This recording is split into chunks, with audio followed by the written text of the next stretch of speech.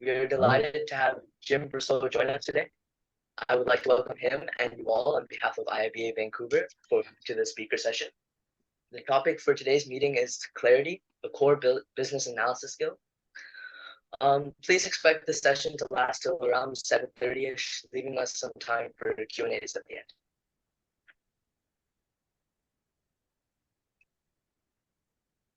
Moving on to the land acknowledgement, we would like to respectfully acknowledge that the land on which we gather is the traditional and unceded territory of the Musqueam, Squamish, Tsleil-Waututh, Pequot First Nation, Kwantlen, Casey, Semyamu, Swasin First Nations, Quiquam, and Stalin Nation. We thank them for allowing us to meet and learn together on their territory. Some housekeeping rules. Please mute your devices if you're not speaking, as we are recording this event. We encourage you to put your camera on so all of us will get to see your beautiful faces and it doesn't just appear as some boring Zoom webinar. So prepare your backgrounds and just turn on your cameras. Additionally, make sure you rename your profile to reflect your full name if you haven't done so already, so that you will receive your due CDU credits. And now I would like to ask our IIBA Vancouver chapter president, Sid Arya, to give a welcome message. Thank you, Adit, and thank you all for joining today. As the president of the IIBA Vancouver chapter, it's my pleasure to welcome you to this special session. We are honored to have a distinguished guest with us, someone who's made a significant contribution to the field of business analysis. So welcome, Jim. And thank you for agreeing to be part of this evening for us and make an impact to our community. Your insights and expertise are invaluable to many organizations and helping them, navigate through complex challenges and achieve their goals. So we look forward to this session today. And this session that you have, or this topic in particular, is fundamental to our profession. It's in our fast-paced, ever-changing business environment. The ability to see through complexity and bring clarity to our projects is more critical than ever. And so, Jim, looking forward to learning from you, understanding the practical strategies, and how to go about it. So certainly looking forward to that.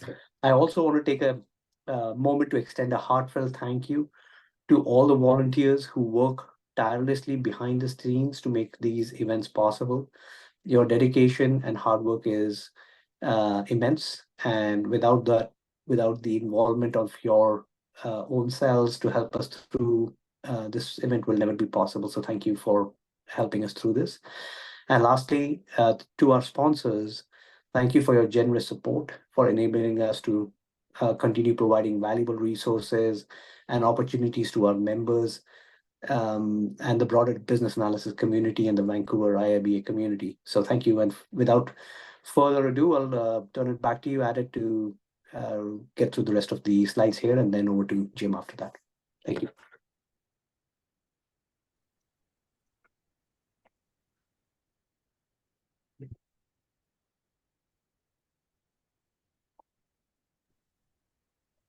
Sorry, thank you, Sid, for the message. I am proud to say that the IIBA Vancouver chapter has won the 2022 Chapter Sustainability Award, which is our second chapter award in the last 4 years, the other one being the 2020 Professional Development Award.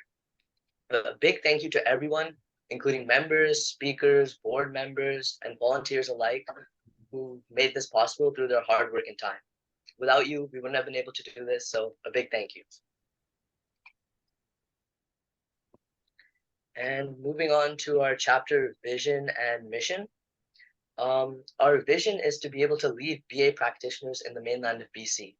And our mission to do this is by promoting value and awareness around the business analysis profession. We hope to facilitate professional development by providing access to forums, discussion groups, study sessions, webinars, speaker presentations, and workshops. We also attempt to support BA practitioners with IIBA certifications, providing access to information and training programs related to business analysis body of knowledge. Finally, we wish to engage with the community and build the community by encouraging knowledge sharing through network and social events with fellow business analysis professionals across a range of industries and companies. I'll share more on social events towards the end of this session. And most importantly of all, please, if you haven't already, make sure to check out the IIBA Vancouver YouTube channel. It will contain the recording of this event and all past events, so make sure you go there and subscribe and turn on notifications to not miss anything in the future.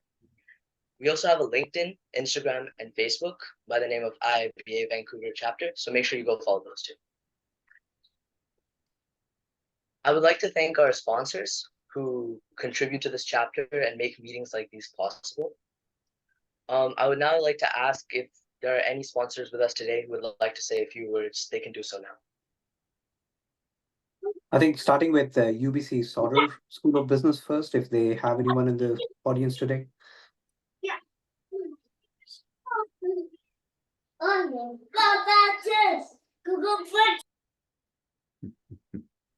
Nobody from UBC?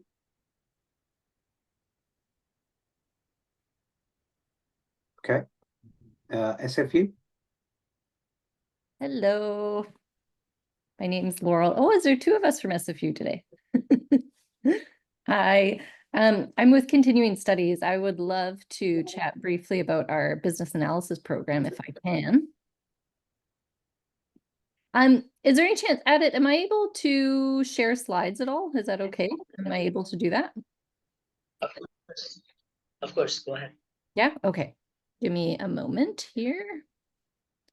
I think you have to stop sharing yours for me to be able to share mine, if that's okay. Doing that right now. Okay, thanks so much. Okay.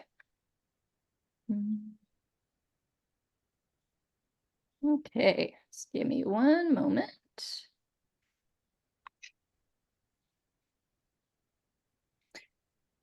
Okay, thank you so much. Ada, if you just confirm for me, everyone can see that okay, correct?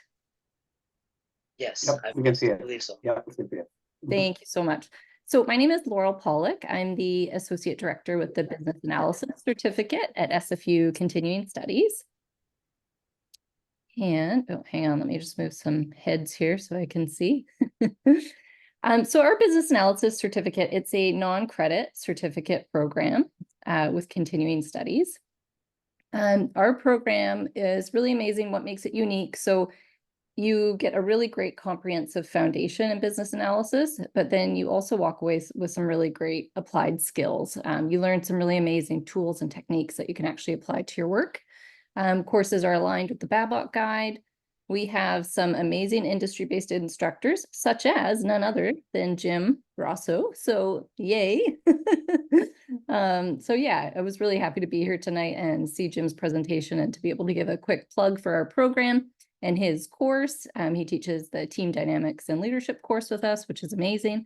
He also teaches with some of our other programs, which I think he'll talk about as well. And yeah, learning with us, so you get the chance to study with an IIBA endorsed education provider, and you can earn professional development units towards your CBAP or any other designations you might be pursuing. It's part-time online. Our courses are online on Zoom, so they're instructor-led.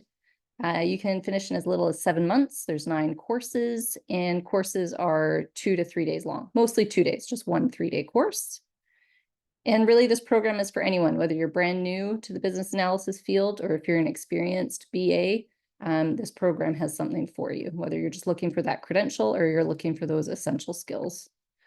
This is our course list. I won't go into too much details. Please do go check out our website if you're curious. We do also have a info session coming up on September 5th if you want more detailed info. And then this shows the PDUs you can earn with IIBA through taking our courses as well. So even if you're trying to maintain your designation, you can do that by taking some courses with us. And yes, program apps are open now. We take applications at any time. You're also welcome to just register for individual courses. You don't need to take the whole program if you're not interested in that. And there's our website, sfu.ca/continuing-studies if you want to check us out. And then here's some contact info. Learn at sfu.ca. Easy one to remember. Any questions about enrolling? Those are your people. That is it. Thank you so much.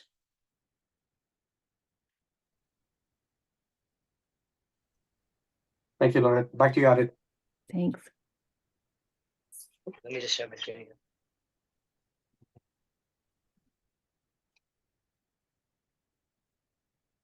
All right. Thank you, Laurel, for that. And I'm going to move on to a quick synopsis of our meeting today.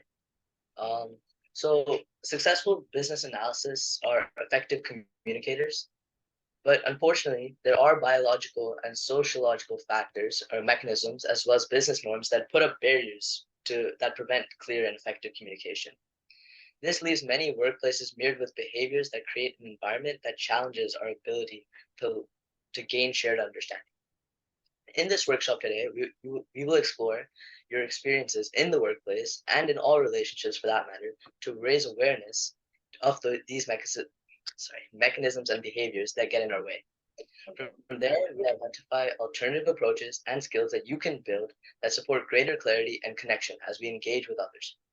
These skills allow us to be more effective in wielding the traditional tools and approaches of an effective business analysis. And now let me give a quick introduction on our speaker today, Jim Brousseau. He's a well-respected speaker, facilitator, educator, author, and thought leader in his field.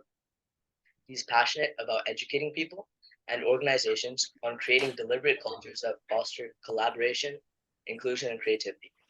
For over 20 years, he has facilitated powerful in-depth workshops on team-based project management and business analysis techniques.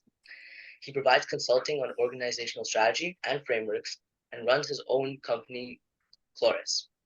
Jim currently facilitates the Team Dynamics and Leadership course as a part of SFU's Business Analysis Certificate Program.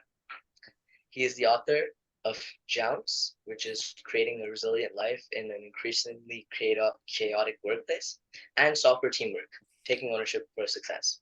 And now, Jim, I'd like to pass it on to you to continue with this meeting.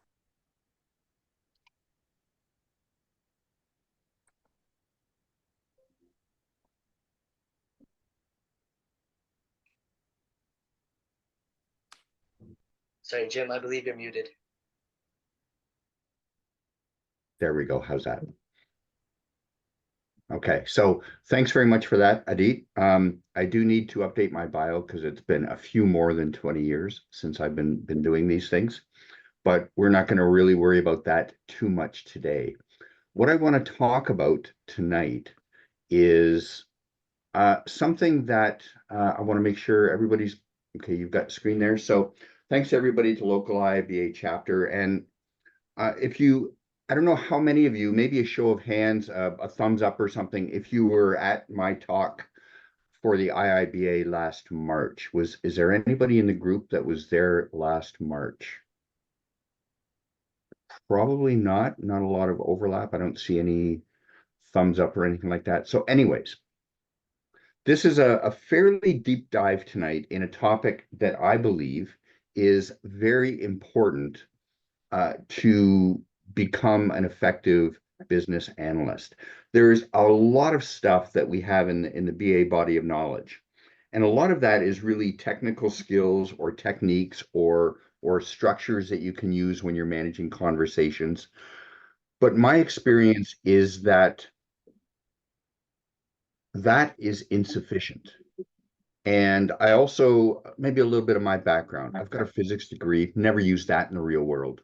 But I have been largely in the realm of project management and business analysis for the last 25 years or so. Running workshops, not only am I involved in the certificate program in business analysis at SFU, but also the certificate program in project management at SFU and the business management program as well. And this talk comes from the session that I run in the business management realm. I'll talk a little bit more about that in a few minutes. What I have found over the years, and really the basis of everything that I talk about, isn't about what you might call the hard skills. It's about the soft skills, or the things that a lot of people think are fluffy things that can't really be taught effectively, sort of thing. I totally disagree with that. unfortunately, when the organizations build their body of knowledge, they tend to think of codifying those hard skills, and they tend to forget that on projects, we are people working together to solve a shared problem. And with that in mind, there's a lot of things about people that are very different than trying to fit different Lego blocks together to make a little robot or something like that. We are full of these soft, mushy things that a lot of people feel are very awkward, but they are trainable, they are learnable. And if you get a good handle on those skills around how to effectively interact with others in the workplace, you will very strongly differentiate yourself from people that do not have those skills.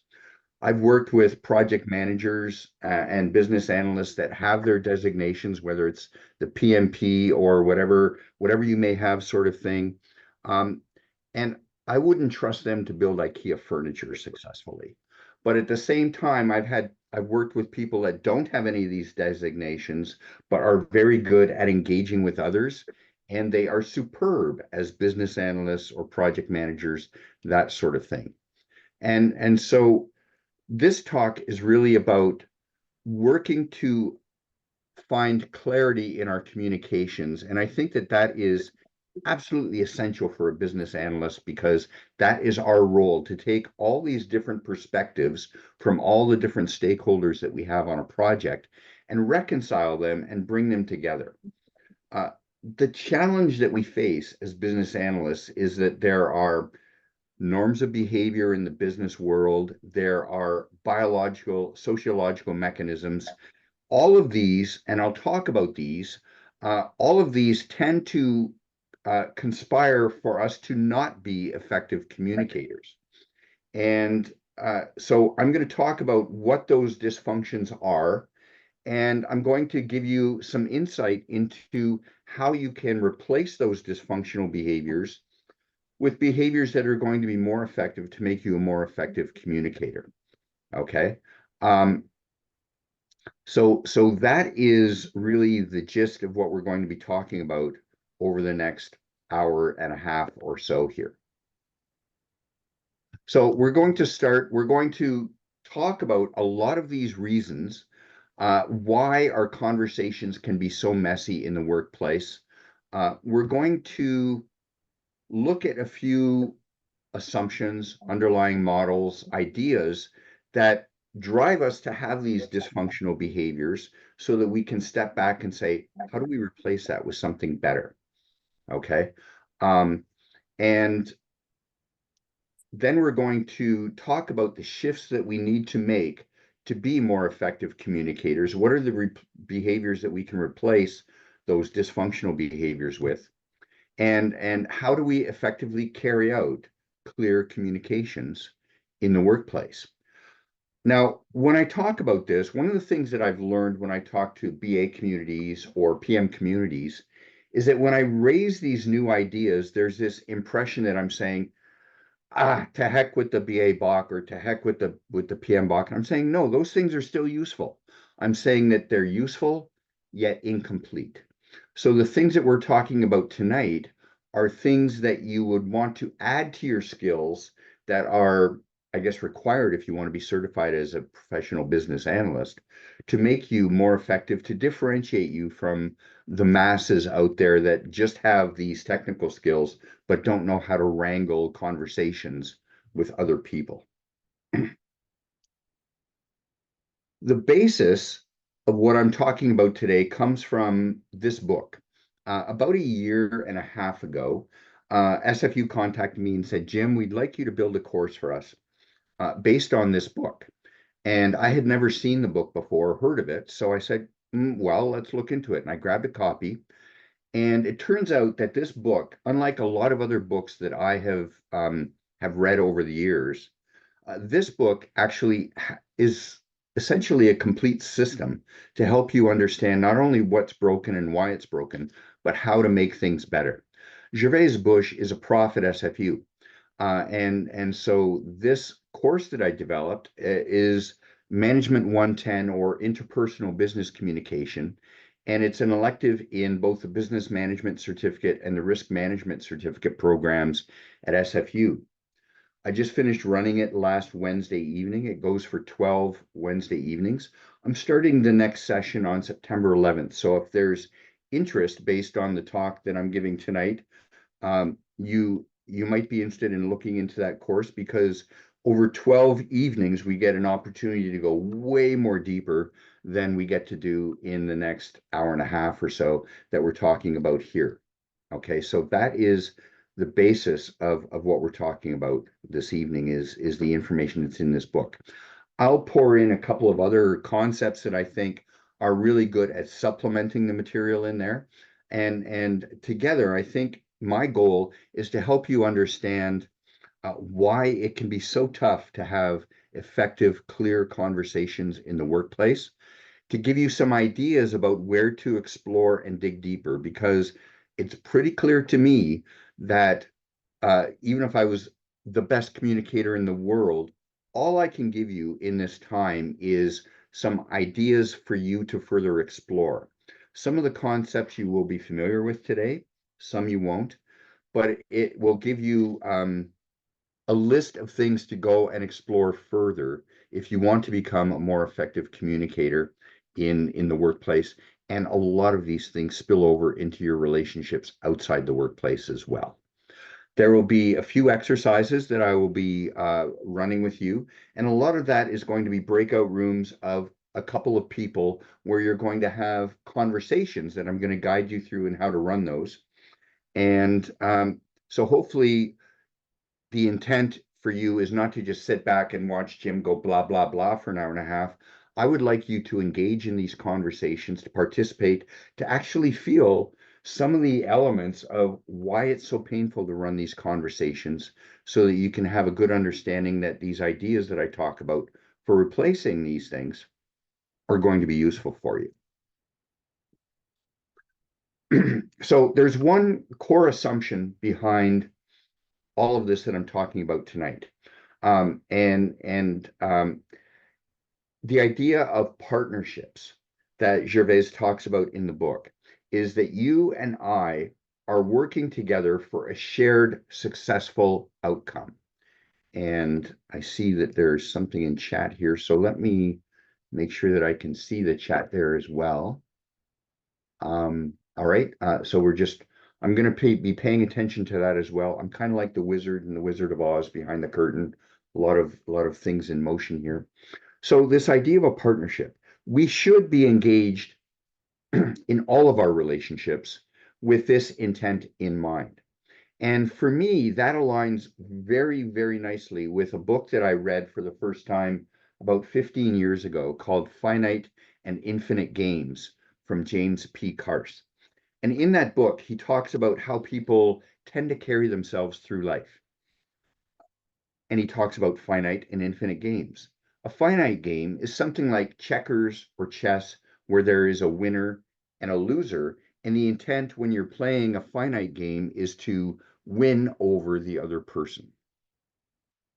When he describes infinite games, these are games where the intent is to be able to sustain playing the game into the future, which is more about the partnerships that Gervais Bush talks about, and that our intent really should be not to win over another person, but to continue to be a successful collaborator with them throughout your time together. And as a business analyst, it's not your job to convince other people what they need. It's your job to draw from them clear information that helps you understand what they need, and you can then be able to reflect that back to them, and they'll be able to go, yeah, you get it. Thank you very much for that. So it's not about convincing others, it's about learning from others, is a core attitude that you need to bring to the table as you're moving forward. One of the key things that Gervais talks about in the book, and I've seen it in other places as well, is the notion of different types of truth. And this, in my experience, in having run the course 3 times now, and in engaging with people in my personal, in my business life, that sort of thing. This concept is something that is absolutely essential for you to wrap your head around. Truth is not just this one monolithic description of what's going on. There's three different forms of truth, arguably a fourth form that I'll talk about in a few minutes. The first form of truth is an objective truth. That is the kind of truth that can be seen as the same by all parties. It is something that you could essentially record with a video recorder or something like that. It is something that there is no debate. Let me, go back there to where I should be. There is no debate about whether this is a truth or not. One objective truth, for example, is that right now on the West Coast, it is 6:28 p.m. Right now in this room, it's a little bit warmer than I'd like it to be. You know, that's a specific truth, and you know, you could measure that with a thermometer, that sort of thing. So another form of truth is a subjective truth. And a subjective truth is something that is not seen the same way by everyone. And it's something that, based on your observations and your beliefs and your mental models, you see things in a certain way. So subjectively, if we were in the same room right now, I might say this room feels a little bit warm. You might say this room feels a bit cool for you.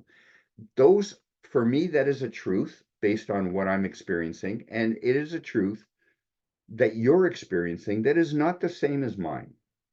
And one of the things that I think that we have lost since the pandemic started back in 2020 is the ability to be able to hold other people's perception of the truth, their subjective truth, as being just as valid to them as our subjective truth, as my subjective truth is to me. So another subjective truth that I have that you might not agree with is that I believe, and I'm going to push things a bit here, I believe that Donald J. Trump is the best candidate to be the best president, the next president of the United States. Now, you may hold a very different perspective than that. I would guess that most of you would hold a very different perspective than that. That doesn't make my subjective truth wrong. It just makes it different than your subjective truth. And one of the things that we need to learn to do is to discern between what is an objective truth and what is a subjective truth. And when we can do that, then we can recognize that if my subjective truth is different than your subjective truth, that is an opportunity for us to learn from one another. Not to disagree or think that the other person is an idiot or to dismiss them, that sort of thing. It is an opportunity to sit down and better understand why they hold that belief that they do. And I would be very comfortable to debate that notion that whether Trump is the right person to be president in the US later on this year. I would be very happy to debate that with you and to understand your perspectives of why somebody else might be a better candidate. That is, we need to learn to be able to be more tolerant of that, because I think that is the source. If we are unable to appreciate the difference between objective and subjective truths, that is the source of intolerance that we see all over the world today. And we need to be able to step back from that and observe that and go, well, let's sit down and have a discussion about this. Not in that I'm trying to convince you, but I'm trying to understand your perspective. And we're going to do a bit of an exercise on that in a few minutes. There's a third form of truth. If you and I are in the same room and are experiencing the same situation, and you, based on your beliefs and mental models, see something differently than I do, then we can have a conversation. And we could agree that for the purposes of us working together, that this is our truth, how we see it for this context. And this is something that will happen a lot in organizations. If you have an opportunity in your teams to talk about norms of behavior or that sort of thing, then that is something that you have worked through and you've produced a normative truth. And that is something that is kind of a temporary holding place where you and I have had a discussion. We've worked through our different perspectives, and we can agree that this is the way we're going to handle this concept and decide what truth is from that concept, sort of thing. Okay. In the book, Gervais talks about this as an intersubjective truth, and that's just kind of an awkward term to use. The term normative truth comes from the human systems group, and I think it's an easier word to wrap your head around. There's a fourth truth, and that is that wherever we are, we're probably involved in elements that are objectively true, elements that are subjectively true to us, and elements that we have agreed are normative truths for us in this situation, sort of thing. So the idea of truth as being my way of looking at the world, I see a certain set of truths.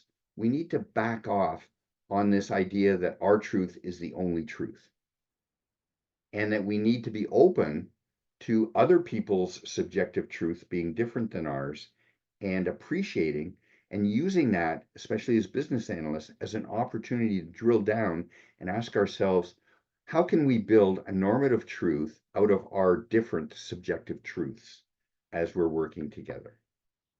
Okay, does that make sense? Are there any questions or thoughts about that as a concept? Is that way out there, or is that something that you've thought about, that you've paid attention to in the past? I'm seeing a couple thumbs up there. Okay, good. So let's do a little exercise as we go through this. And what I'm going to do is I'm going to break you into groups. As I'm talking, I'm actually going to do set up some breakout groups here. And I am going to create 6 breakout groups. And what I'm going to do is, actually, we've got somebody who's coming in right now, which is great. We can have 7 breakout rooms of 7 people. And this is the way we're going to roll. What I want you to do in your breakout groups is that I want you to get into the breakout room, say hi to your partner, and then I want you to choose a topic that you don't agree on with your partner. And I want you to choose a topic that might be a little bit challenging to talk about. It might be about who's the most appropriate person to be the next president in the States, or who's the next appropriate prime minister in Canada, or whether climate change is driven by human behaviors or is it part of a natural cycle. Is the price of gasoline for you too high right now, or is it too low? And it could be all over the map. Do you think that the decriminalization of small amounts of controlled substances in BC is a step in the right direction, or is that wrong? Do you think our healthcare system adequately addresses our needs? Do you think the Canucks are ever going to win a Stanley Cup? Whatever the topic might be, I want you to choose a topic that you and the other person in the room disagree with. And what I want you to do is to have a discussion about that topic. And the goal is not to change the other person's opinion, but the goal is to simply understand and empathize why the other person holds the position that they do. Okay? So this, if it's a topic that is really, that you're really sensitive to, I want you to pay attention to your feelings. If at any time you're feeling that it's getting a little heated or something, don't be afraid to back off and just kind of step back, sort of thing, because this can be a really challenging thing to do. Your job is not to change the other person's perspective. Your job is to understand why they hold that perspective. It's a very important thing. It's a critical thing for a business analyst um, to be able to do effectively. So that is the goal over the next 10 minutes, to be able to figure out if you can effectively understand the other person's perspective, to empathize with it. And it sounds like not too many of you were in this session before, so I want to be clear about empathy. Empathy is something that requires a conversation like this. You can't simply say, I understand where you're coming from. That is dismissive. That isn't going to work very well. To truly empathize, you need to leave your judgment at the door. You need to sit down. You need to take the time to understand with open-ended questions why the other person has the perspective that they do. You need to drill down and confirm your beliefs. And really, you can only say that you truly empathize with the other person when that other person hears you paraphrase their position, and they can say, thank you. I wish I could have expressed my position as eloquently as you just did. That's the best way that I've ever seen empathy described. That comes from Daniel Dennett, who is a philosopher who passed away just a short time ago. So empathy is a really tough thing to do, and it's a critical skill for business analysts. So are there any questions before we go into breakout rooms and try and get through this?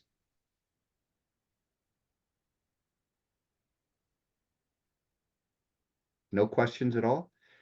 Okay, if you're in a group with 3 people, and there will be one group with 3 people, then I just want the third person to observe what's happening in that room, and to pay attention to whether people are being judgmental or whether they're being careful about stepping back and understanding the perspective of the other party. All right, 10 minutes. Let's see where this rolls.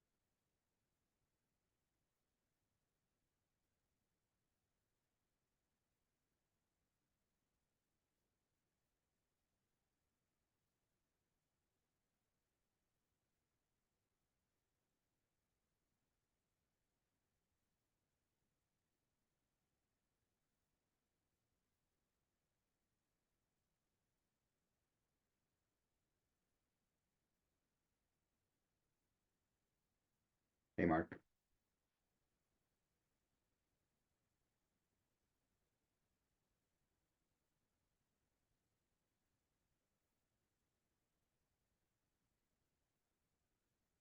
Are you able to participate in this, Mark?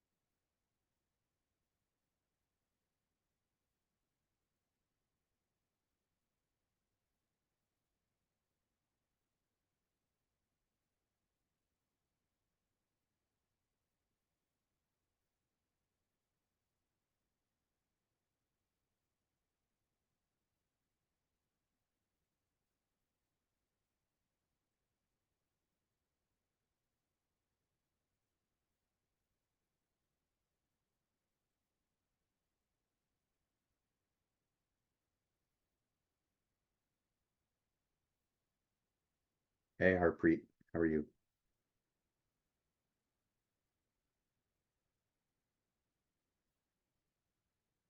Harpreet? Yeah, hi, Jim. Hi. The person that I had assigned you with is unable to participate, so I'm going to add you to another room and you can be Okay. an observer. Okay, sure. Actually, I was managing Sid's account. So yeah, I was just running parallel. So you can add me in any other room. That's okay. Okay. So you're running two instances of Zoom here? Yeah, but that's okay. I'm just using my account right now because Sid has already left, so that's okay. Okay. So I'll put you in room 5. Okay. And we'll see how that rolls. Okay.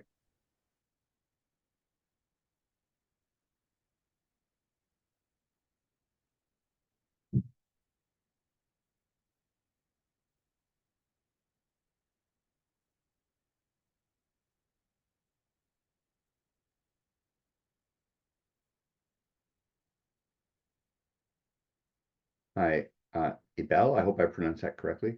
There you go.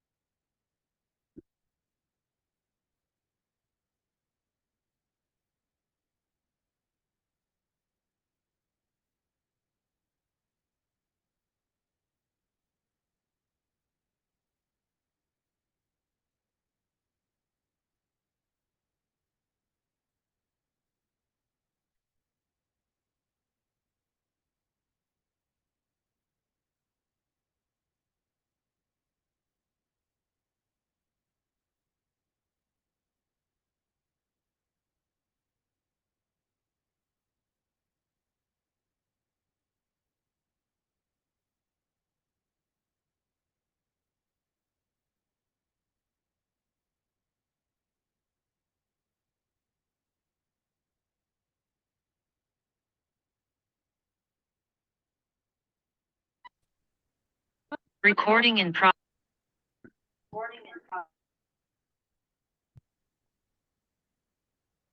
Okay, so everybody's back. A couple of questions.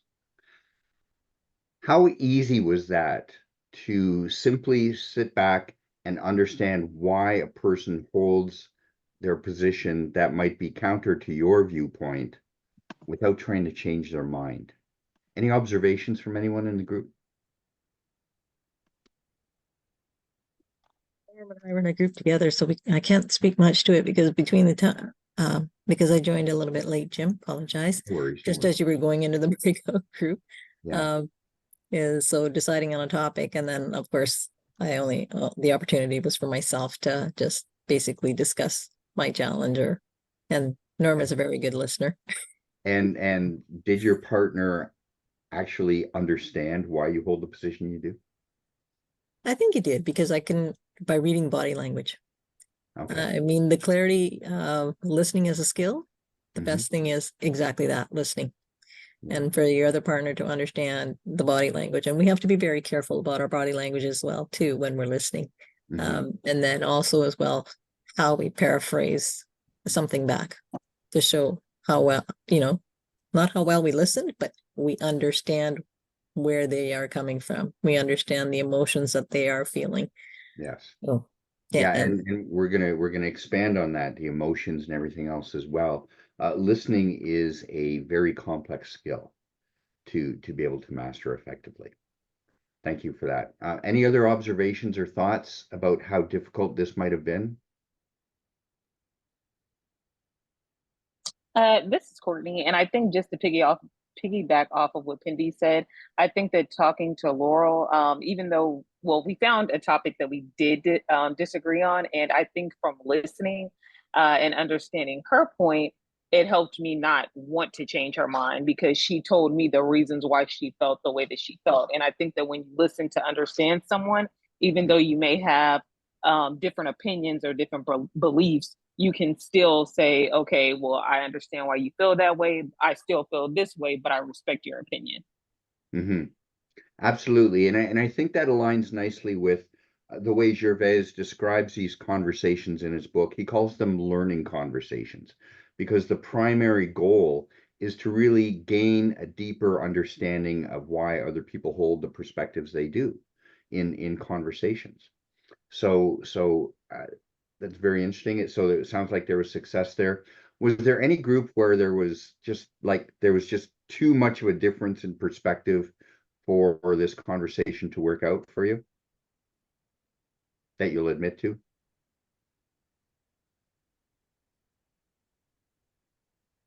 I think it depends upon the topic also, what topic you're going to talk on. I mean, if it is something like probably religion, culture, politics, it might be a heated one, but like uh, myself and Argavan, we were talking on electric vehicles versus gas vehicles. It Mhm. was more fun rather than, having a heated conversation. Mhm. So I think topic plays a, a big role. The topic does play a role. If you're careful and if you're skilled at this, you can have a conversation about any topic, as long as you keep your cool. And we're gonna talk about that in a few minutes. But it's amazing that these days, again, this is one of the things that I think is the most challenging for people, is to appreciate that what you hold internally is only your view of the truth. And that there will be other perspectives that are just as valid for them as your perspectives are for you. And your job isn't to correct everyone, to make everyone see the world the same way you do. Your job is to understand their perspective. And it's quite valid for people to believe, if you're thinking about politics or religion or something, that some people hold very strongly to one view and other people hold very strongly to their view. They're both valid. And we need to, it's a sign of maturity to be able to hold up both of those perspectives simultaneously and be okay with that. But if you do any doom scrolling on YouTube these days or something like that, you'll find all kinds of abusive arguments that happen in the world today. And again, I think that the ability to be tolerant of opposing views is something that has really, it's a skill that's really been lost over the last 4 or 5 years. And we really need to get back to that. Okay. So that was one kind of interesting perspective that I think we need to pay attention to and become more effective at. Let's look at a couple of other things here. You may have seen this idea before, this notion of the ladder of inference. It's a model that was popularized by Peter Senge in his book, The Fifth Discipline Field Book. But it was really initiated by Chris Argyris. And really, in a nutshell, it's a sequence of steps that we use subconsciously, and that's an important thing there, to make sense of all the information that we're bombarded with all the time, 24/7. So this is something that has allowed us to effectively cope with the world around us today. If we didn't have this in place, we would be so overwhelmed by what we're hearing, what we're seeing, what we're smelling, what we're tasting, by all of our senses and all the input that's coming in, sort of thing, that we'd be frozen. We wouldn't know what to do. So this is a model of what happens internally in our heads without conscious intervention that allows us to be able to move forward and work with the world. So we start at the bottom and we work our way up, and we have these observable data and experiences, the inputs that we have in the world. And we take those and we sense them, we observe them, we pay attention to those things, and we filter out information. We filter some information that is more important to us and some information that's less important to us. And with that filtering, we then add meanings based on our culture, based on our personal experience, all of those things. And from those meanings, we make assumptions based on those meanings, and we draw conclusions that adopts beliefs. We adopt beliefs about the world around us, and that allows us to actually take action. Okay, that is something that has been developed over many, many years. It is something that is our way of making sense of the world. We start out as small children who sense information, and we learn what works and what doesn't work. And that ladder of inference drives basically our ability to build an internal model of our universe. And that allows us to behave effectively in society. And the way it's usually described is that this is a very powerful, a very positive tool that allows us to handle that massive amount of data that comes in and to behave in the world around us. But it's not a perfect model by any sense. First off, the way it's described in this slide kind of suggests that this is something that we're all doing intentionally, but that's not the case. For the most part, this is something that is not done intentionally. It's all done internally. And the challenge here is that as humans, we seem to have this need for this internal model of the universe to be complete and consistent. And there's going to be many times every day that we run into situations where we're missing bits of information, why somebody did what they did, for example. And because we have this need for a complete and consistent model, when we have gaps in information, we tend to try to fill up those gaps. We make up stories to complete the picture. And we rarely validate those stories that we've made up. Now, if you go back to the idea of the 3 different types of truth, very often the stories that we make up would fall into the category of subjective truths. They're the truths that we see that aren't necessarily validated, that are not necessarily objective truths. And very often when we don't validate these stories that we've made up, but we include them in our mental model of what the universe looks like, we lose track of the distinction between objective truths, subjective truths, and made up stories, which are not necessarily truths at all, but we just inserted them to fill our gaps. And so what happens is that almost every step in this ladder of inference is useful in the positive sense, in that it allows us to behave with the world around us, but it also has opportunities for us to screw up, to make mistakes. Observable data and experiences, for example, right at the bottom, it has been shown in these first couple steps of the ladder that we tend to observe things that align with our beliefs about the world, and that have been part of our past experience. As an example, it's been shown that language is a very strong driver in how we interpret the data that comes in. And there are some countries, some communities where their language, for example, has no discernible differences to describe different shades of blue. So they don't have, like we have in English, we have ultramarine and navy blue and baby blue and all kinds of different words to describe different shades of blue. If you're in a culture where your language does not have those ways of discerning different shades of blue, then if I show you different paint chips with different types of blue, you literally will not see a difference between those paint chips. You will see them all as blue. Similarly, if you in the Inuit communities up north, they have 40 or 50 different words for snow. They have tightly packed snow and powder snow and snow that polar bears have peed on and things like that. They have a very rich vocabulary to describe different shades of blue or of snow. Whereas in other communities, like what we have down here, or you can imagine communities where people have never seen snow, they don't have the ability to discern between those different things. So right at the bottom, we have challenges at this very low level here. Okay. So there's that that is a challenge.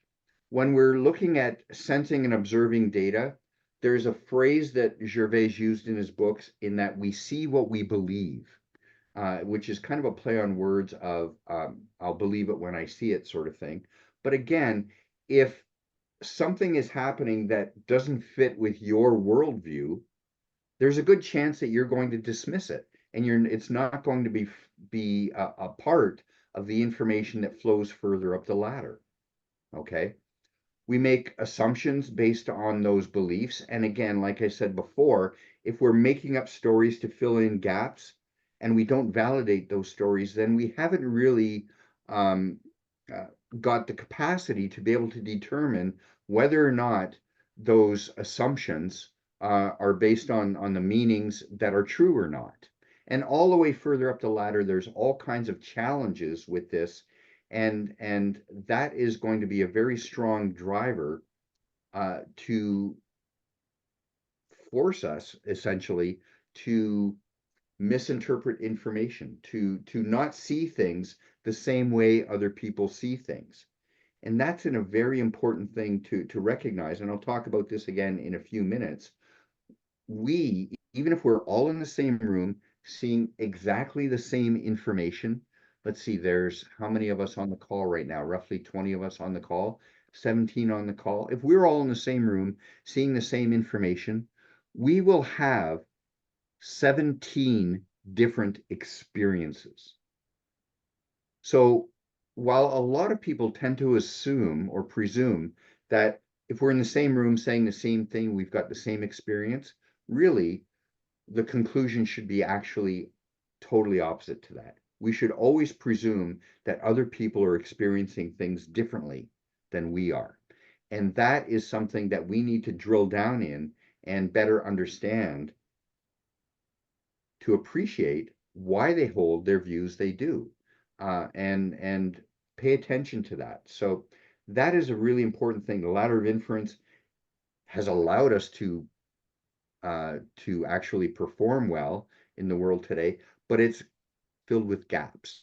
And it tends to allows us to build an internal model of our universe that is really a house of cards. It's filled with these stories that we've made up that we haven't validated. They are not truths, but over time we tend to presume they're truths. We tend to build additional stories on top of that. And so what we're seeing is not actually objective truth. And that's another reason why it's important to appreciate that your view of the world, my view of the world, is definitely incomplete and is definitely flawed. And it's only by interacting with other sources, other people, other sources of information, that we can prune this tree, this ladder of inference, these mental models that we have, and make it more realistic, more appropriate to the actual world that is around us. Okay. So there's a lot of things that are described in the book that drive situations in a business world where we have flawed conversations, where we have muddy conversations. In the book, Gervais talks about this idea of interpersonal mush, this baggage that we have, that we carry around with us in the workplace, and the challenges associated with that. And what I'm going to do is I'm going to list just a number of these things that we have here, and I'm going to ask you to think about your experiences with all of these, whether A, you have seen other people doing these things, or whether you've done them yourself. And I would guess that for almost anybody in the room, that a lot of these are going to be, I've seen other people do that. And yeah, if I admit it, I've done those things as well. So starting at the top, our awareness of things. One of the challenges that we have is that we tend to believe that other people are causing our experience. And that's not really an appropriate thing to do. And we also need to recognize that we are not the creators of other people's experience as well. We need to be responsible for our own experience. I'll talk a little bit about more of that a bit later. Another thing up here is this idea of confusing the map for the territory. That internal model that we have, like I said in the last slide, is flawed. And we have to appreciate that we need to go out and seek the truth. We need to validate our assumptions that we make so that we can make our map closer to the territory that's actually out there. Another challenge that people have is trying to change other people's experience rather than simply exploring their experience. Okay. So we need to learn to be more effective at stepping back, letting them describe their stories, and learning from that accordingly. This idea of sense making, we all make up stories to fill in those gaps.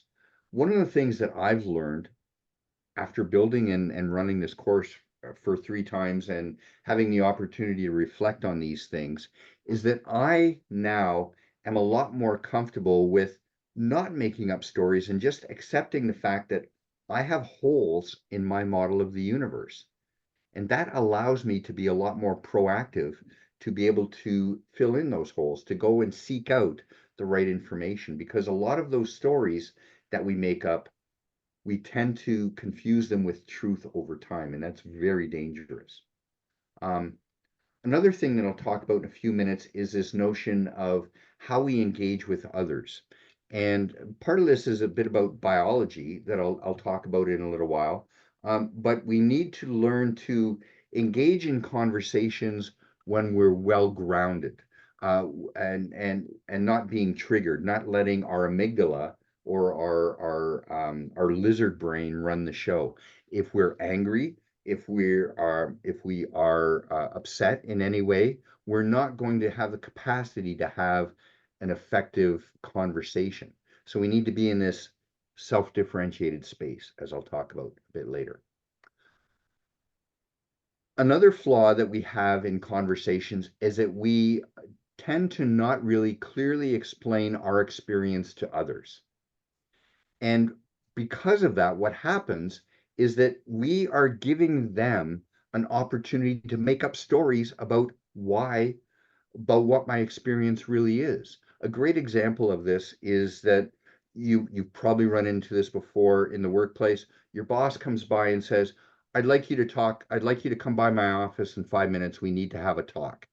And right away, if that's all they say, you're making up stories. You're going, oh my gosh, what did I do wrong? Or, that sort of thing. But if the boss was to say, listen, I'd like to talk with you about this topic in my office in 5 minutes. It's not an issue. I just want to get your understanding of things.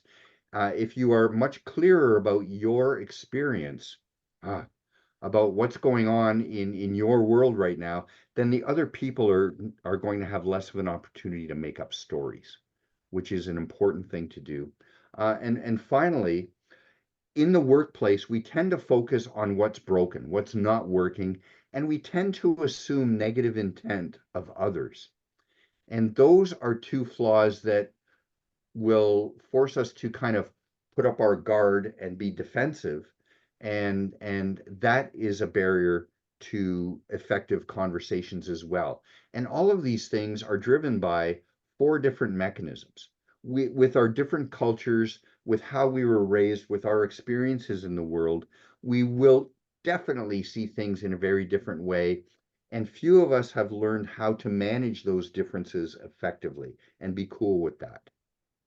In organizations, we have hierarchy and authority, and different understandings of how we manage hierarchy and authority in the workplace is going to be a driver for a lot of these issues that you see on the right-hand side. Again, this notion of we see what we believe, that strong filter that we have on our sensory inputs, very often it's going to reinforce sometimes incorrect stories that we have. And when we make up these stories, those stories, especially stories about others, tend to be more negative than positive. Okay, there's this idea of a fundamental attribution error, which basically says that if you and I are in situations where we failed to deliver something that we were expecting to deliver at a certain point, Pallav, I'll get to your hand in a minute there. When somebody else fails to do something, we will tend to attribute that as a flaw that they have personally. When we fail to do the same thing, we will tend to have a clear understanding of why we failed to do things. Well, I had so many other things on my plate, and this I had to dig in a little bit deeper, that sort of thing. But when we're looking at others and they fail to deliver on expectations, our bias is that we tend to go, they screwed up, that sort of thing. So all of these things make for a muddy work environment. Pallav, you have a question?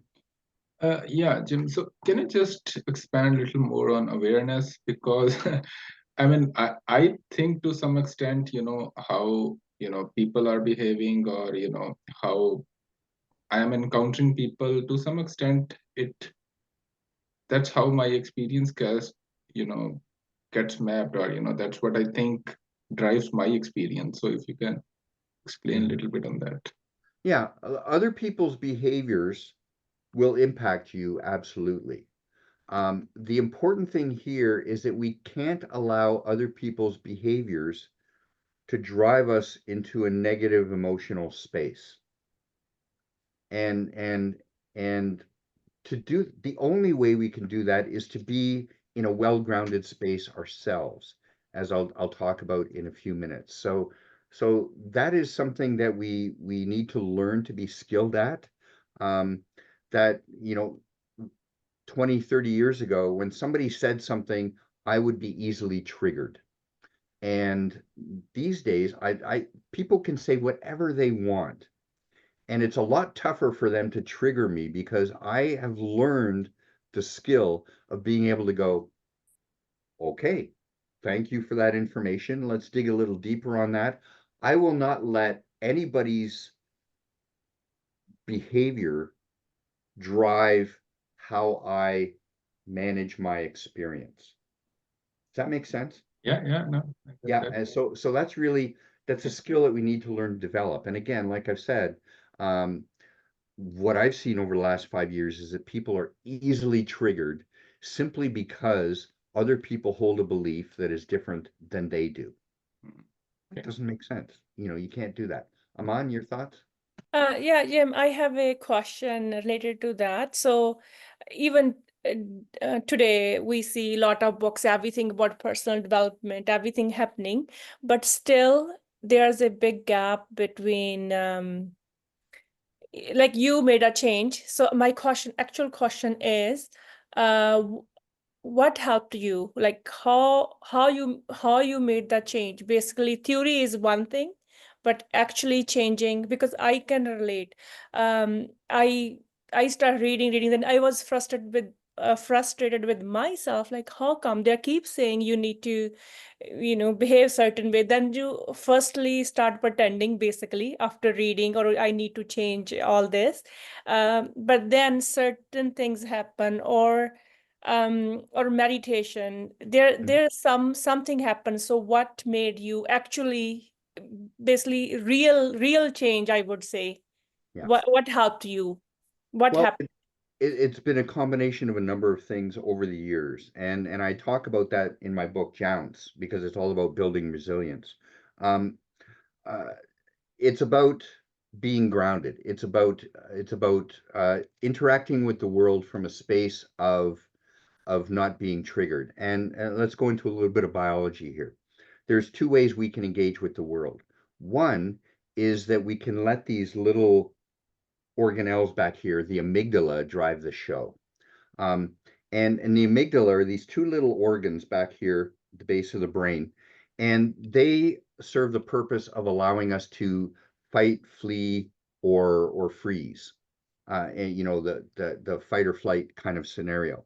Um, and what they do is that when they sense that there is danger, they will pour adrenaline and cortisol and other chemicals into our bloodstream so that we are prepared to fight or to flee. They will take blood from our extremities and pull it into our core. Um, and they, that's a great mechanism if we're trying to avoid saber-toothed tigers, or if we're trying to flee a burning building. Unfortunately, that isn't the mechanism that we should use for the vast majority of situations we find ourselves in. The mechanism we should be using is using our prefrontal cortex. We need to thoughtfully respond rather than instantaneously react. The challenge there is that, so for example, at a bus stop, if you're approaching a bus stop and you see your bus is leaving, you can deal with that in two different ways. You can get all upset and swear and cuss and kick the lamppost. That's your amygdala driving the show. Okay. Or you could sit down and look at your phone and go, my next bus is only 4 minutes away. I can handle that. That is your prefrontal cortex driving the show. The challenge is that the amygdala is something that acts pretty well instantaneously, and it pours these chemicals into your bloodstream. And if you do a lot of stuff in the world based on letting the amygdala run the show, those chemicals end up being toxic over time. They stress you out. They're stressors. Okay. Which is great if you've got an intense situation, but it's not something that should drive everything in your life. The prefrontal cortex, they say that it's not fully developed until you're at least 25. And I would say after COVID, closer to 30, because a lot of how your prefrontal cortex is developed is through human interaction. And we lost a lot of that over the last 5 years. So it takes training, it takes time to develop, and it takes training to overwhelm the amygdala and say, okay, just calm down, let me deal with things my way, sort of thing. Okay, so that is just one mechanism that you need to be aware of and to manage effectively. And you can learn, basically, the best skill you can do is when you think you're facing a tough situation, take a breath or two, step back, give your prefrontal cortex a chance to kick in and say, what is the most reasonable behavior for me in this situation? and it's pretty rarely going to be swearing and cussing and kicking the lamppost. So that's one thing. There's a whole bunch of other things that you can do. You can learn meditate. You can learn to meditate. Journaling is a great tool that you can use to do that. A whole wide range of different things to learn to not be so triggered in different situations. Does that make sense? Is that a reasonable response? Okay, good. So we've got all of these bad behaviors. What do we do to fix things? Well, there's a couple of things that we need to pay attention to. One thing is to learn more about our experience. And usually in the workplace, we tend to think about our experience as being our observations and the thoughts that come from this. Those two elements of our experience are rewarded in the educational system, in the workplace, but there's other elements, our wants and our feelings, that tend to be diminished in the workplace. You can't, when I'm in running sessions and I ask people to talk about their feelings, they're like, come on, this is a professional course. What do you mean feelings? If you think about it though, feelings are going to be a strong driver for a lot of decisions that we make. Imagine you've got something that you need to talk to your boss about, and you know that it's not going to be a really positive thing. They're not going to take it well. What is the first thing you do when you get into the office? You're going to try to make sense about how your boss feels that day. Because you know darn well that if they're in a bad mood, they're not going to take your news as well as if they're in a good mood. So we tend to diminish the idea of feelings in the workplace, even though it is a strong driver for how we behave in the workplace. So we need to learn to accept the fact that we do have these feelings, that they're transitive, that they will change even over the course of the day. And we need to accept that that is part of our experience. We also need to learn to pay attention to our wants as well. What do we want to get out of a given situation? And again, this is something that tends to be diminished in the workplace because it's really about the needs of the organization. And if we are able to pay attention to our wants, we are able to very often reconcile our wants as being aligned with the wants of the organization. They may not be expressed in the same way, but for the most part, many of our wants are going to be pretty well aligned with the wants of others or of the workplace as well. So our experience is more than just simply our observations and our thoughts. Our experience is more broad than that. And if we can be clear about our experience, and we don't have time, but it would be great to run an exercise here where you simply sit down. You can do this yourself later on. Sit down and ask yourself, what are my observations right now? What are my thoughts right now? What am I feeling right now? What are my wants? And to recognize that those four distinct things are very important to be clear on our whole experience. And this is a three-dimensional cube up on the screen here, which is, if you do a surf of images for the experience cube on the web, you find that most of them are just two-dimensional, like quadrant sort of thing. And I think that that's incorrect. It's that they don't really appreciate what's happening here because our experience cubes have depth. And for the most part, in the workplace, the depth of our wants and our feelings, they're almost flat because they've been diminished. They're not appreciated in the workplace. So we need to learn to be able to sit down and gain a deeper appreciation of what our feelings really are in the workplace, okay? And to be able to communicate those to others. And if you want to learn a lot more about feelings and emotions, that sort of thing, Brené Brown has a book called Atlas of the Heart, where she goes through and talks about these 87 different human emotions and experiences. And if I was to, before I splash this slide up, if I was to say, okay, sit down quickly, write down as many different emotions and experiences as you can, you would probably be hard pressed to come up with more than about 10 or 12 of these things. So we have learned through the education system, through the business environment, to diminish any thinking about our emotions, even though they're such an important part of what we do. So it's worth taking the time and going into a study of our emotions in the workplace, because they're very, very important. They're a big part of our experience. Okay. So with all those things, the experience cube and that sort of thing, and the ideas behind how we make up stories that put, I guess, flawed components into our view of the world sort of thing, we have a lot of challenges around how we engage with others in the workplace. So what do we do to make things better? The first thing that we have to do is to recognize that to be an effective collaborator, we have to be in a space where we are self-differentiated. And again, this is a term that comes from Gervais's book. Really, the key thing here is to recognize, you can think of this zone in the middle here as an island where we're sitting there and we're in a space where we are calm, we are collected, we are grounded, and it's our prefrontal cortex that is driving how we engage with the world. That is the space we need to be in before we can effectively engage with others in an effective conversation. You could essentially, if you think of that as an island, you could fall off the island in a number of different directions. You could be in a space where what Gervais calls is fusion, and that is a space where you're so closely connected to the person that you're engaged with, you don't want to hurt their feelings. You're concerned about how what you say might impact them, that sort of thing. And there's a lot of emotion involved in the conversation.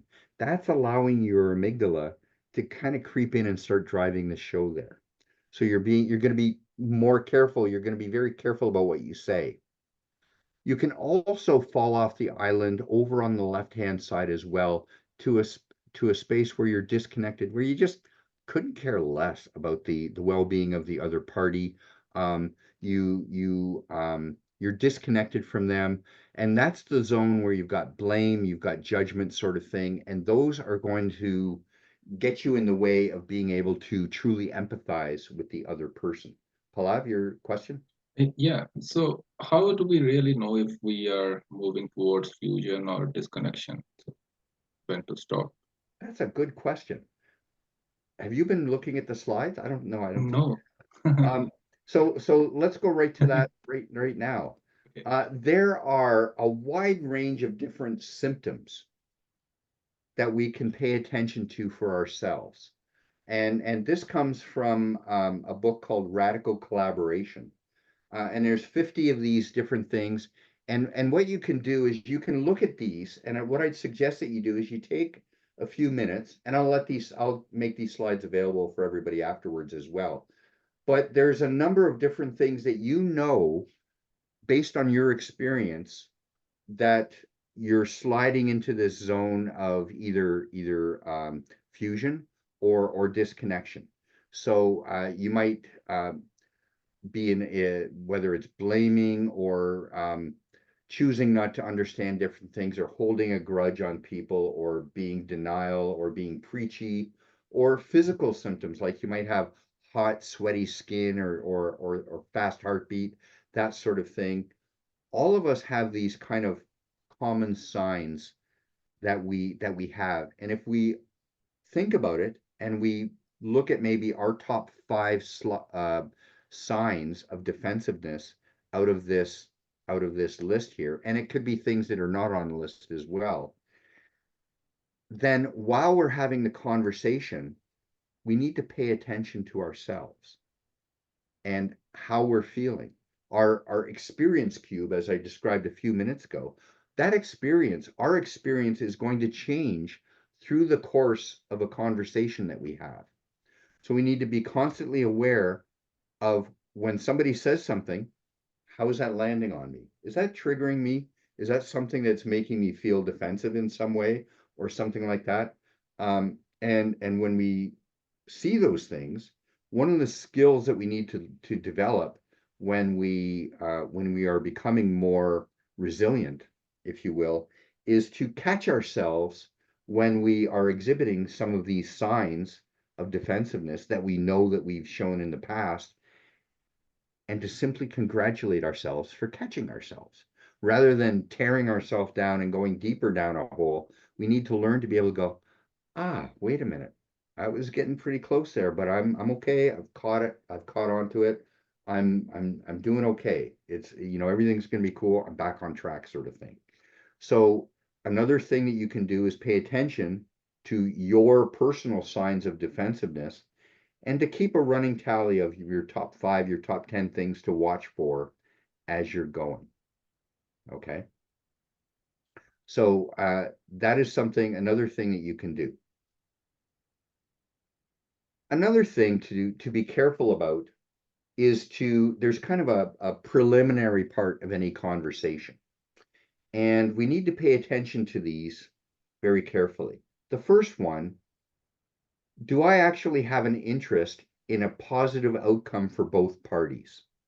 That partnership that I talked about right at the beginning of the talk today, where our intent should always be to be working in a collaborative space where we've got a win-win for both parties. If that's not the space you're in, if you're ready to tear somebody down, if you're loaded for bear, if that's the case, don't even try to have a conversation. It's just ridiculous to do so. So take some time, step back, collect yourself, get back into a space where you're ready to be an effective collaborator. Okay. The second thing is, are you actually willing to learn more about other people and about yourself in this process? If you are defensive, if you are judgmental, again, that's another reason to avoid having that conversation. So you have to ask yourself that question, and if the answer is yes, then you can move forward. Is the other person ready and willing to have that conversation? And again, it's the same sort of characteristics that I've talked about for your self-reflection as well. Are they game to sit down and have a conversation with you? And if they're not, if any of those, the answer is no, then don't do it. Okay. If all of them are true, then you need to ask yourself, is it the right time and place to do so? Do we have enough time to do so? Is there a neutral space? Is there access to the right information, the right tools to have the conversation? And if all of those are true, then sure, have that conversation. But if they're not, step back, address those concerns before you actually have the conversation, because if any of those are not true, the likelihood of having an effective, positive conversation with a good outcome for both parties, pretty slim. Okay. So a couple of other things. I'm going to kind of chug along here pretty quickly. Once you're ready to have the conversation, you want to, it's kind of an iteration between these 4 different selves. The aware self is the thing where you've got a good handle on what your current experience is, your thoughts, your feelings, your observations, and your wants. Okay. You're also going to be focused on the here and now. You're not worried about the future. You're not concerned about things that happened in the past. You're in the present moment, and you're in that self-differentiated space. Your prefrontal cortex is driving the show. So you're calm, you're collected, you're grounded. Okay. The second self that Gervais talks about is the descriptive self, where you want to make statements before you ask questions. Those statements are to clarify your intent about where we're going with this, so that people don't have the opportunity to make up these stories that they don't validate. You want to focus on your experience, not judgment of others. So you want to use I language rather than you language. And you want to describe the impact of what you're hearing based on how it's changing your experience before you respond to what somebody has had to say. So you may say, for example, now wait a minute, what you just said there kind of makes me a little bit tense. And I want to talk about that and clarify that before we move forward. So, you want to manage that, how you describe your experience to others in a way that is going to be safe for them to hear. And it's an ongoing iteration of that throughout. You want to be the curious self. You want to listen to other people's experience through their experience cube as well. And again, few people have got that understanding of the experience cube in their head. So this is where you're essentially coaching. We've all been taught, drilled into us, this idea of active listening, where you're paying attention, you're using open-ended questions and then closed-ended questions to confirm what you're hearing. Gervais takes it one step further, and he says, if you use the experience cube to drive your questioning of the other person, you're going to go a lot more deeper. So you can say, well, how do you feel about that? Or what is it that you want to get out of this? And those are great questions for a business analyst to use, to apply, to get some real depth behind why a person is asking what they are asking. Okay. So confronting for insight means that you and the other person are confronting the shared challenge that you have of not having shared insight. So you're both working on resolving that issue, and it's not about confronting the other person at all. And when you find that you're being a little bit reactive, you need to learn to park that and let the other person know what's happening with what's going on. So in a conversation, it's really these three selves that you're iterating on. And layered on top of that is an attitude, an appreciation, basically where you need to presume going into the conversation that you've got good intention from both parties. And a lot of people say, well, that person like doesn't have the right intention in mind. They don't care about me, sort of thing. Very often, what's happening is that they're in a dark space, and because they're in a dark space, they don't have the capacity to pay attention to your needs. It's not that they have bad intention towards you, it's that they just don't have the capacity to have that good intention for you at the moment because of where their space is. So with that idea in mind, we can be a lot more effective at bringing people into a more grounded space where they do have the capacity to pay attention to your needs as well, which is important. If you're looking for the good in others, you will find it. That's the finding with tracking. You can be a hunter for those good behaviors, those good experiences, and you can improve those good behaviors basically by showing your appreciation for it, and that essentially fans the flames that allows more of that to happen, sort of thing. And really, in an effective conversation, there's two layers that you need to pay attention to. There's the conversation itself, the information flow back and forth, and the exploration of issues and possible solutions and getting closure on things. But then there's also paying attention to how the conversation is going. Are both parties actively engaged? How is the experience shifting over the course of time?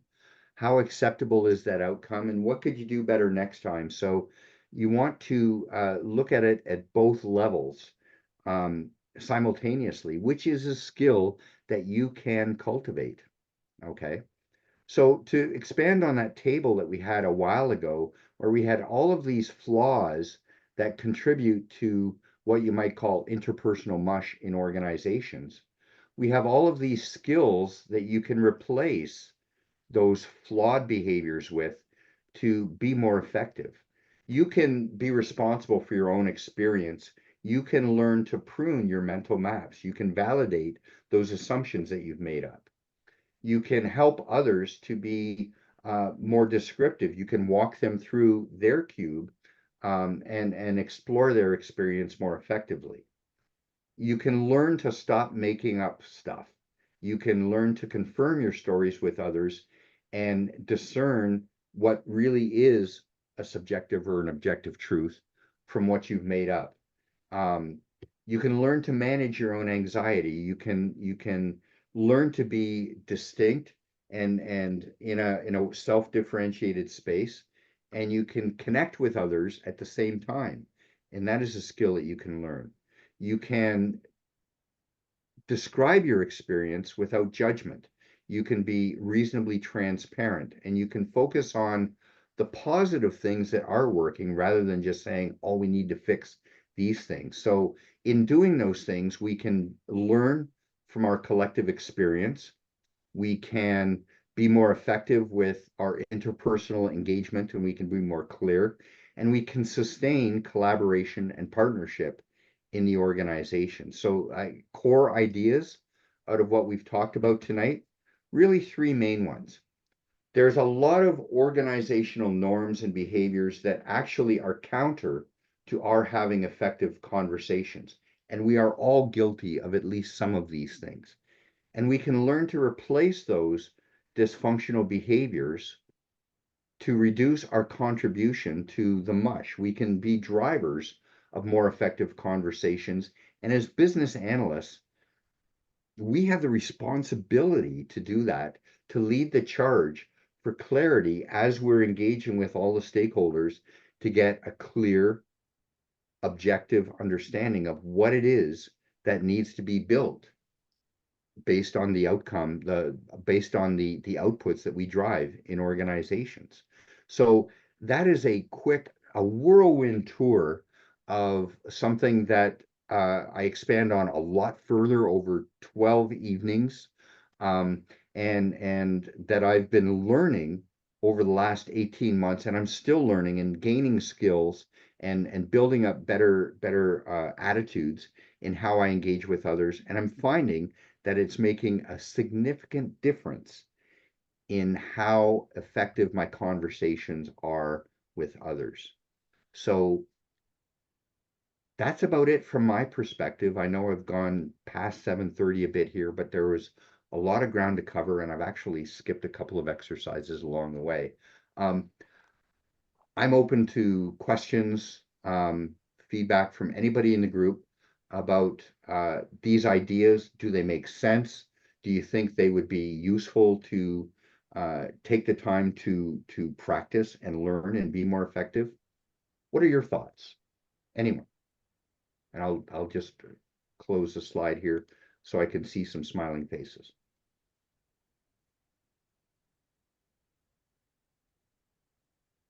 Just wanted to say a big thank you, Jim. I think that was amazing, and it's super helpful. And I think sometimes, like for me, I've noticed like in the workplace is sometimes the easiest place to feel triggered. And it's very easy to like make up stories, and like yeah, it's just super helpful, and really appreciated it, and walking through the experience cube and all that. Like, yeah, it was amazing. So thank you so much.